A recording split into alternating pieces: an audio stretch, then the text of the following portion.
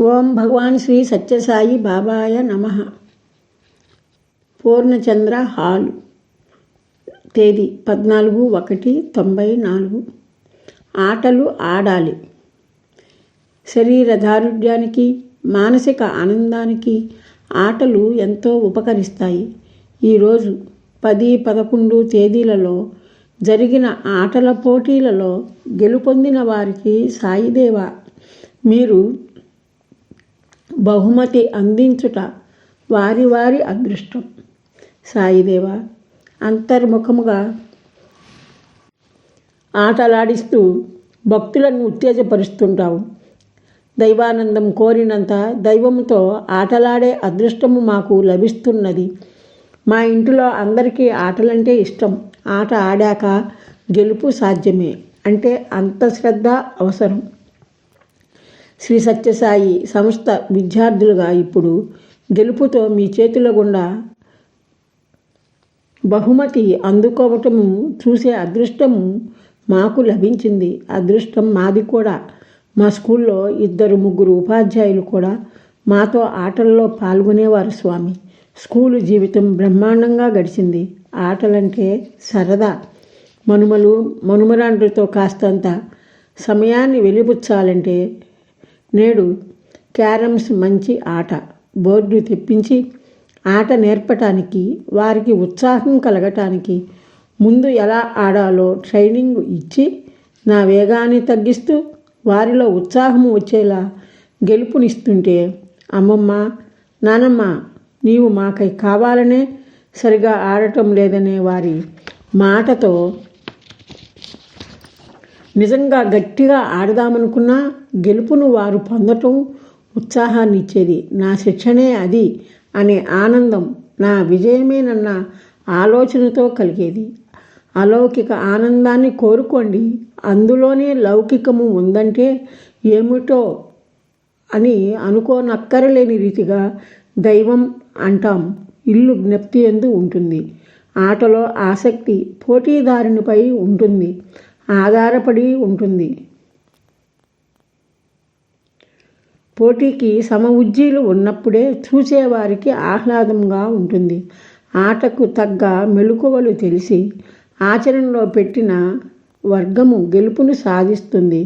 ఏకాగ్రత, ప్రోత్సాహము రెండూ ముఖ్యం ఆటకు. గాలిపటాలు ఎగురవేయటం, తాడు బొంగరం వంటి ఆటలు మగపిల్లలు ఆడేవారు. ఈ రోజుల్లో ఆడ మగ తేడా లేకుండా తల్లిదండ్రులు తమ సంతానంతో గాలిపటాలు ఎగురవేయటం చేస్తుంటారు.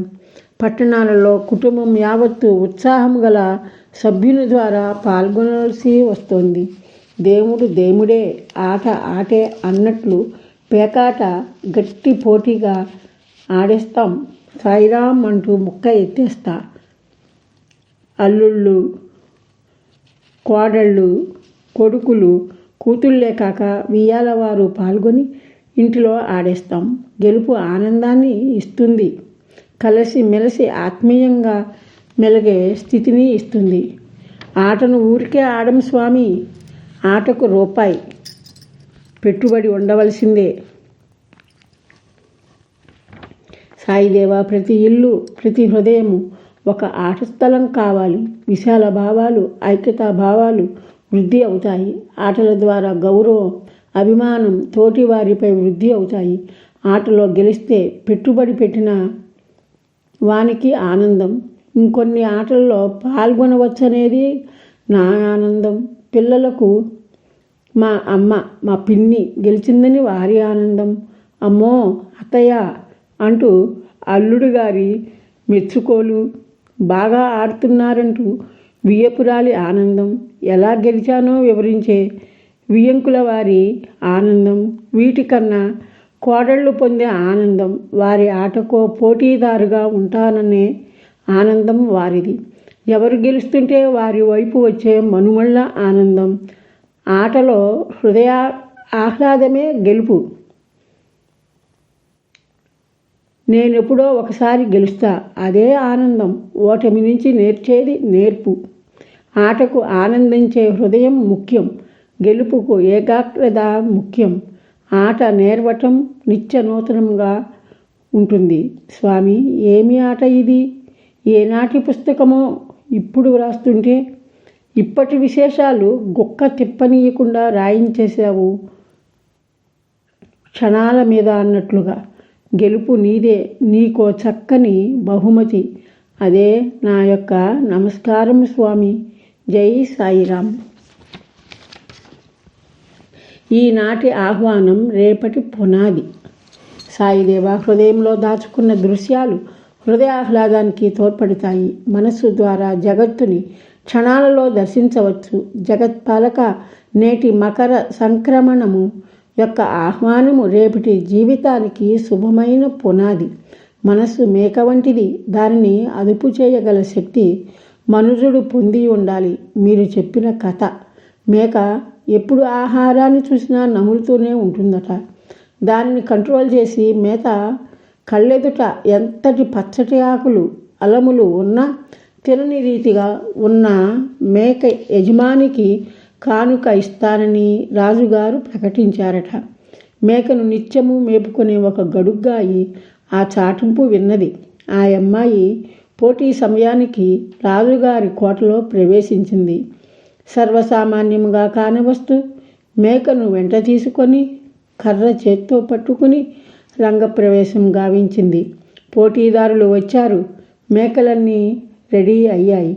పచ్చగా నవనవలాడుచు మేత ప్రోగు చేసి ఉన్నది. రాజుగారు తలుచుకుంటే దెబ్బలకు కొదువా అనే రీతిగా అన్ని మేకలలో ఈ మేక తప్పించి మిగిలినవి చకచక దృఢమైన ఆకులు నమిలేస్తున్నాయి. పాపం మా యజమానులు గట్టి ఆహారం దొరికిందని ఒక్క క్షణం భావించినా ఓటమి ఖాయం అని దిగులు చెందుతారు కదా. రాజుగారి కోట చూశామని పరవశిస్తారో వారి వారి తత్వమును బట్టి ఉంటుంది. ఇంకో గడుగ్గాయి తెచ్చిన మేక నవనవలాడే ఆకులు చూసి ఆనందించిన అమ్మాయి వంక, ఆ అమ్మాయి చేతిలోని ముళ్ళు కర్ర వంక చూస్తున్నదే కానీ ఆహారం తినాలనే కోరిక ఉన్నా తినే ప్రయత్నం చేయటం లేదు. సమయం కేటాయించినది అయింది. ఇక రాజుగారు ప్రకటించిన 10,000 రూపాయలు గడుగ్గాయికి అందించారు. అమ్మాయి, ఎలా మేకను అదుపు చేశావని ఎంతైనా రాజుగారు వారి తెలివితేటలతో మొత్తం కూపీ లాగారు. ఆమె ఇచ్చిన సరియగు జవాబు. నెల రోజుల నుంచి మేకకు ఆహారాన్ని చూపిస్తూ తినబోతే మూతి మీద ముళ్ళు కర్రతో పొడవటం ప్రారంభించాను.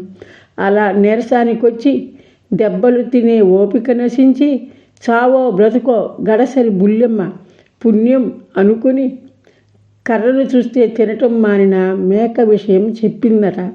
రాజుగారు ఆమె తెలివికి మెచ్చి కానుక స్వయంగా అందించారు. భగవంతుడా, నీ పరీక్షలో నెగ్గే ప్రయత్నమునకు గట్టి పునాది వేయించేశావు నాతో. జై సాయిరాం.